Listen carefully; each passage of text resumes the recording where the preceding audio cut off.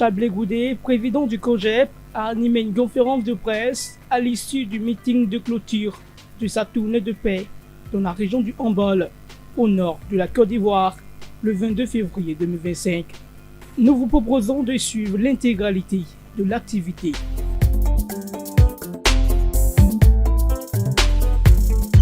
Vous savez que nous sommes des hommes politiques. Nous avons créé donc des appareils politiques pour conquérir le pouvoir d'État et le gérer. Nous allons donc être ceux dont la signature ou les propos et les actes engagent la vie des millions d'Ivoiriens. Nos propos publics nous engagent. Pour moi, le patriotisme n'est pas à géométrie variable. C'est ma position. Un homme, c'est celui qui est cohérent.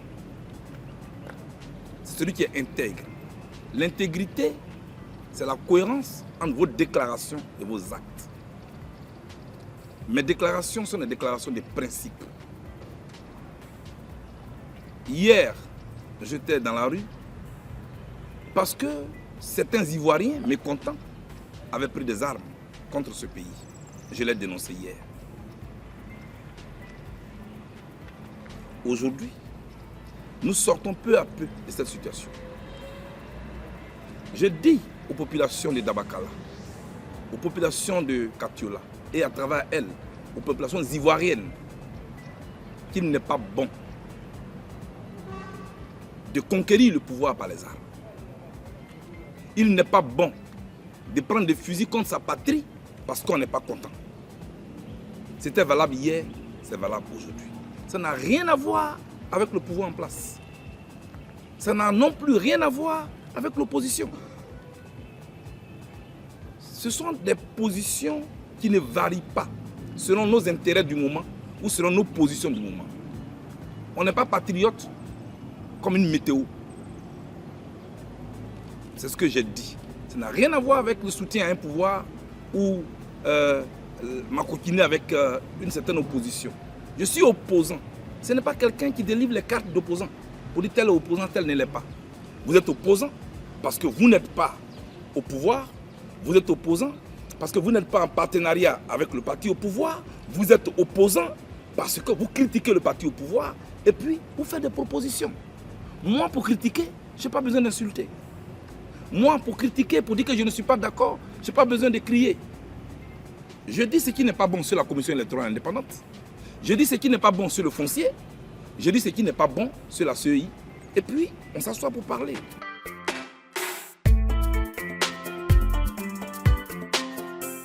Je vais commencer par votre dernière question. Peut-être qu'on n'a pas été au même meeting, mais je n'ai jamais dit que qui se lèverait contre le RHDP, je me dresserai. Moi, je n'ai jamais dit ça. J'ai dit celui qui prend des fusils contre la Côte d'Ivoire. Voilà. Je n'ai jamais parlé de RHDP, ni de leader de RHDP. Je parle de notre pays. Vous savez, nos groupements politiques sont des groupements privés. C'est différent de notre nation, de notre pays. Sur l'Europe et l'Occident, prenons souvent ce qui est bon. J'ai vu le président français recevoir des opposants. Parce qu'il y avait une crise politique. C'était la concertation de ce qu'on appelait les forces vives. C'est cela que je veux connaître comme culture. J'ai vu en pleine campagne électorale des rivaux américains être ensemble. Vous savez, tout récemment, quand, à l'occasion de l'investiture de Barack Obama, de Donald Trump, vous savez, tous les anciens présidents américains qui sont en vie étaient là. Eux tous, en train de se taquiner. Ça encore, c'est loin. Mais tout près ici au Ghana, c'est l'ancien président Akufo-Addo, dont le poulain venait de perdre les élections, qui avait en main John Dramani qui venait d'être élu, pour lui montrer le compartiment du palais présidentiel. C'est beau à voir ça, non? Je rêve de ça pour la Côte d'Ivoire. Je rêve d'un moment où un président élu peut recevoir les charges d'un président sortant, même s'ils ne sont pas du même appareil politique. Ma génération rêve de ça. C'est de ça que je parle. Moi, je ne parle pas d'individus ou de groupements politiques. Je n'ai jamais dit ce que vous dites. Oui, celui qui prend les armes contre la Côte d'Ivoire, il est contre la Constitution. Il est contre la démocratie. Les armes et la démocratie sont comme l'eau et l'huile. Ils ne vont pas ensemble. C'est de ça que je veux parler. Le nord de la Côte d'Ivoire, dites-vous, est-ce qu'avant d'y arriver, j'ai demandé la permission au parti au pouvoir? Notre constitution consacre la liberté d'aller et venir. Sur les 322 462 km² que représente la Côte d'Ivoire, je n'ai pas de permission à demander à qui que ce soit pour me promener dans mon pays. Je n'ai pas demandé de permission à qui que ce soit. J'ai écrit aux autorités locales ici, notamment policières, administratives et coutumières, pour les informer que je venais. En Côte d'Ivoire, c'est le régime de l'information préalable. Ce n'est pas le régime d'autorisation. Il faut connaître notre constitution et notre loi. Je suis venu, j'ai été bien accueilli par toutes les autorités. Maintenant, est-ce que par courtoisie, j'en ai parlé par exemple au président des régions pour dire je vais chez vous? Ça c'est la courtoisie. Et ça c'est la bonne manière de vivre, c'est la convenance de la vie. Oui, moi je suis élégant quand je fais la politique. Donc je peux informer, et j'ai informé le président de la région que je venais chez lui. Par amitié, par respect, parce que c'est l'autorité. Ça, ce n'est pas une permission.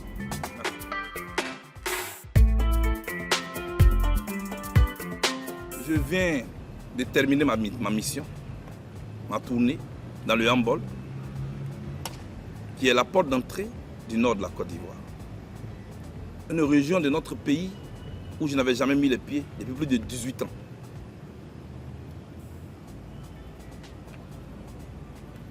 Je suis venu parler à des populations pour qui Blé Goudé était un diable. Vous m'avez suivi dans des villages, avec des danses, avec des chants. Qui pouvaient l'imaginer? Je veux donc dire merci aux populations qui m'ont accueilli, avec qui j'ai chanté, avec qui j'ai communié. Vous étiez à Dabakala avec moi hier, vous avez vu. En route, vous avez vu aussi les villages où je suis entré. Je parle des villages. Déjà, ce n'est pas tous les hommes politiques qui sont connus dans les villages de la Côte d'Ivoire. On est d'accord? Je pense que c'est un pas important pour moi que je viens de faire. Mais surtout un pas important pour la paix. Il y avait des affiches de Charles Blé Goudé dans ces villes-là. Ces affiches n'ont pas été déchirées. C'est un signe important de ce que nous allons vers la paix. Et je veux leur dire merci. Est-ce que je suis satisfait de la mobilisation? Oui. J'ai dansé avec ces populations. J'ai communié avec elles. Moi, je suis venu à Katiola pour parler aux populations de Katiola. Je suis venu à Dabakala pour parler aux populations de Dabakala. Les villages où je suis descendu, c'est aux populations de ces villages-là que j'ai parlé. Je n'ai pas pris des gens à Boaké, des gens à Korogo. Je ne suis pas allé ramasser des gens à Soubré. Je ne suis pas allé ramasser des gens à Ferkezedougou pour venir les verser à Boaké pour faire croire que je mobilise. Non. Je ne sais pas tricher avec moi-même. Le jour où je voudrais parler à tout le Nord, j'agirai ainsi. Moi, je n'ai pas d'argent. Je n'ai que ma parole. Je suis satisfait de cette mobilisation. Je voulais féliciter non seulement les populations, les chefs des villages, mais aussi mes collaborateurs qui sont d'ici et qui ont fait tout ce travail avec 0 franc. Merci.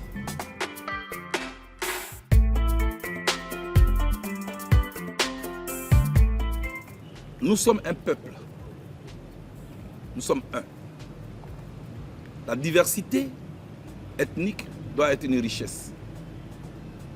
Nous devons apprendre à construire une nation avec une communauté de destin. C'est ce que j'ai dit aux populations. Et je suis sûr que c'est ce qu'elles ont retenu. Elles m'ont même baptisé avec un nom local. C'est un signe. Elles ne m'ont pas lapidé. Et je sais qu'elles ont déjà compris le message. J'ai dit aux populations d'apprendre à mettre en compétition les hommes politiques. Pour ne pas que certains hommes politiques les prennent pour acquis. Quand c'est ainsi, aucun effort ne sera fait. J'ai dit aux populations de ne pas se laisser diviser par la politique. J'ai dit aux jeunes, notamment, de refuser les propositions pécuniaires pour aller s'attaquer à tel ou tel autre qui ne partagerait pas la même opinion politique qu'eux. Je leur ai demandé de faire en sorte que les élections qui arrivent soient apaisées. Je leur ai dit, notamment, donnez votre voix, ne donnez pas votre vie. Quand on sait ce qu'on a traversé, venir passer ces messages-là et voir des populations en train d'applaudir, cela veut dire que le message est passé. Mais au-delà des populations du handball, c'est à tous les Ivoiriens que je voulais parler. Je voulais leur dire, rangez vos sabres. La violence, elle n'est pas que physique, elle est aussi verbale. Faisons attention. Nous venons de très loin. Et au-delà des populations, je lance un appel à nous, les hommes politiques, mais surtout au gouvernement. C'est lui qui a en main la Côte d'Ivoire. Nous appelons à un dialogue. Nous appelons à un dialogue pour poser toutes les questions relatives au scrutin électoral qui arrive. Le passé de la Côte d'Ivoire le recommande. La crainte des Ivoiriens l'exige. Ce n'est pas une faiblesse que de dialoguer, c'est une force. Et à ceux qui demandent à l'opposition de créer ce qu'ils ont appelé un rapport de force, je leur dis non. Pour dialoguer, et surtout avec ce que nous avons vécu, nous n'avons pas besoin de créer un rapport de force. On sait tous les conséquences de ce qu'ils nous demandent. Si c'était pour fouetter notre orgueil, ils se sont trompés. Parce que nous ne le ferons pas. Nous lançons un appel au gouvernement. Et nous mettons le gouvernement face à ses responsabilités pour qu'on s'asseye pour parler.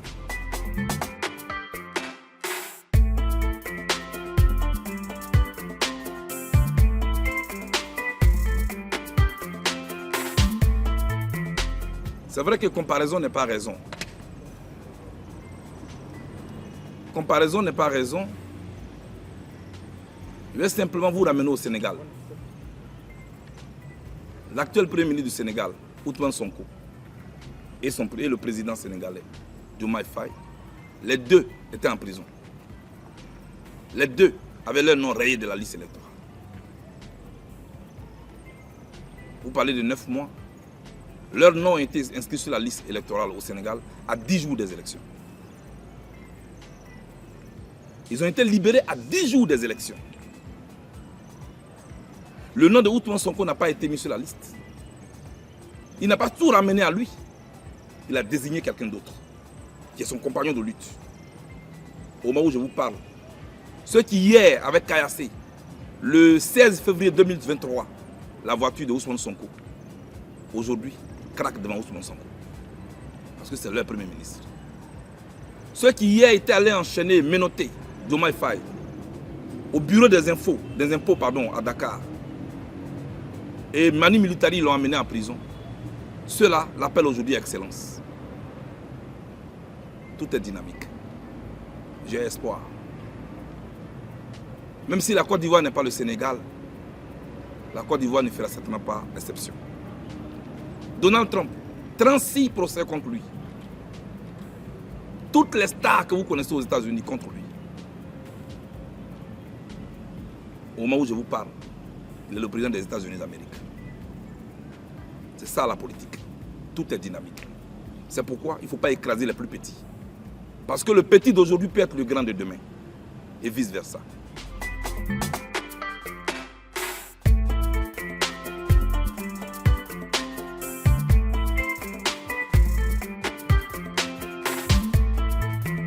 Moi, je suis en tournée de paix. Cette décision d'être une aiguille pour recoudre ce qui a été déchiré est une décision que mon parti m'a confiée. Si le RADP y adhère, alléluia. Mon souhait, c'est que les autres partis aussi y adhèrent. Parce que sans la paix, on ne peut rien faire. Quand je faisais la caravane de la paix, dans les années 2000, on disait que je le faisais pour le président Gbagbo. Aujourd'hui, je fais encore la même tournée de paix, on dit que je le fais pour le président Ouattara. Quand est-ce que nous allons comprendre que la paix est une denrée à nous tous? Voilà ce que je suis. Est-ce que je roule pour le parti au pouvoir? Je vous rappelle que nous étions 4 à faire l'objet d'un mandat d'arrêt de la CPI. Le président Gbagbo, l'ex-première dame Simone Gbagbo, le général de Gaublé et moi-même Charles Blé. Le président Gbagbo est gracié. Le général de Gaulle est gracié. L'ex-première dame Simone Gbagbo est amnistiée. Moi, Blé Goudé, je ne suis ni amnistié ni gracié. Les 3 personnalités dont je viens de parler ont leur compte dégelé, y compris toutes les personnalités pro-Gbagbo, sauf Charles Blé Goudé, dont le compte est jusqu'au-dessus gelé. Même mon assistante, qui n'est pas politique, son compte est encore gelé. Est-ce qu'il y a une logique de dire qu'une telle personnalité qui est privée de tout est un partenaire du pouvoir? Un partenaire, on ne le maltraite pas. Un partenaire, on ne le prive pas de ses droits. Je laisse donc mes adversaires dire ce qu'ils ont envie de dire, mais je ne serai pas celui qui pense que je suis. Je suis un apôtre de la paix. Je vais diriger la Côte d'Ivoire demain, je ne l'ai jamais caché. Et donc, au nom de ma génération, je suis en train de faire en sorte que ceux qui sont au pouvoir et ceux qui ont déjà dirigé aussi ne nous lèguent pas un pays déchiré. Un enfant que vous allez mettre sur votre poitrine, il faut éviter de le jeter dans la boue. Sinon, le jour où vous le prenez, il va vous salir. Comme je vais diriger la Côte d'Ivoire demain, j'ai intérêt à la nettoyer. C'est ce que je suis en train de faire.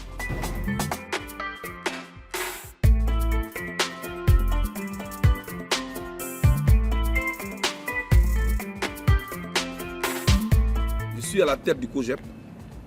Nous avons décidé de faire le tour de toute la Côte d'Ivoire. Dès que je suis arrivé et que je faisais le tour des autres régions, on me disait toujours sur ma page Facebook, « Oh, mais vous allez quand au nord? Vous avez peur du nord, vous n'allez jamais au nord. Vous tournez que dans le sud de la Côte d'Ivoire. » Moi, je n'avais pas à répondre. Moi, je réponds toujours par les actes. Et je veux que tout le monde retienne dans ce pays. Moi, je ne fais pas la politique pour les autres. Je ne suis pas une échelle sur laquelle les autres vont grimper pour devenir ce qu'ils veulent. J'ai mon propre agenda que mon parti m'a donné. C'est au nom de cet agenda-là que nous fonctionnons. Nous avions prévu de venir dans le handball. Nous sommes venus dans le handball. D'ici, nous allons programmer aussi Korogo et les autres villes du Nord. Pour y aller, ce n'est pas avec la force qu'on va y entrer. C'est avec notre discours d'apaisement que nous allons partir vers les autres frères. Moi, je veux parler à la Côte d'Ivoire plurielle. Moi, je veux parler à la Côte d'Ivoire plurielle. Je ne veux pas être un chef de clan. Je veux parler à tout le monde. Et je suis heureux qu'arrivé ici dans le handball, on m'a accueilli à bras ouverts. Mon discours m'a dévancé. Et je pense que ça compte beaucoup. Voilà ce que je voulais dire. Pour la liste électorale, je me suis déjà prononcé là-dessus. La commission électorale indépendante a fait une révision de la liste électorale en juin 2015. C'est-à-dire à quelques mois des élections. 4 mois. La même commission électorale a fait une révision de la liste électorale en juillet 2020. À 3 mois des élections. Mais cette même commission s'est dit ne pas être prête et ne pas avoir assez de temps en 2025 pour faire la révision de la liste électorale à 9 mois. C'est maintenant que je parle de 9 mois. C'était déjà en janvier qu'on le demandait. C'est à 10 mois. Des gens ont dit non, M. Cuibert n'était pas là. Moi, je ne parle pas de M. Cuibert. Je parle de l'institution. On confond tout dans ce pays. Voilà notre problème. Il faut faire la révision de la liste électorale. Et je le dis, si la CEI a besoin de temps, qu'elle nous le dise. Parce que nous préférons perdre du temps que de perdre la vie. Je tiens à le dire. En le disant, moi je n'ai jamais appelé à un report des élections. Ça aussi, il fait la précision. Mais quand il y a une crise qu'on voit venir, il faut faire attention. Il ne faut pas foncer droit là-dedans. Tirons les leçons de ce que nous venons de vivre. Je ne suis pas en train d'être un oiseau de mauvaise augure qui est en train de s'aimer la peur. Mais notre passé doit nous enseigner. Les élections étaient toujours à la base de tous les conflits que nous avons vécus en Côte d'Ivoire. Je lance un appel au gouvernement de Côte d'Ivoire. Je lance un appel à la commission électorale indépendante, à toute la classe politique. Créons le cadre du dialogue. Au nom des morts, au nom des Ivoiriens qui ont la peur au ventre. N'écoutez pas ceux qui veulent justifier leur salaire sur les réseaux sociaux. Ceux qui disent on s'en fout, on va y aller. Peut-être qu'il n'était pas ici en 2011. Peut-être qu'il n'était pas ici en 2020. Moi, j'ai peur de la guerre. Et je n'ai pas honte de le dire. Et tous ceux que vous voyez là, ils ont peur de la guerre. Parce que la guerre fait peur. Quand il y a la guerre, on tue. Des gens meurent. On ne veut plus qu'un seul Ivoirien meure pour la politique. Qu'est-ce que je vais faire? Je vais continuer d'interpeller. Je n'ai pas une autre arme que de toujours interpeller et lancer l'appel. C'est ce que je continue de faire. Je voulais vous dire merci d'avoir été avec nous dans cette tournée. Vous l'avez vécu. Vous avez vu des populations enthousiastes dans les villages, dans les villes. Vous les avez vus debout. Vous les avez vus applaudir quand on parle de paix. C'est le besoin que ces populations sont en train d'exprimer. Accompagnez-nous dans cette paix-là, dans cette recherche de paix. Et la Côte d'Ivoire en sortira grandie. Je vous remercie.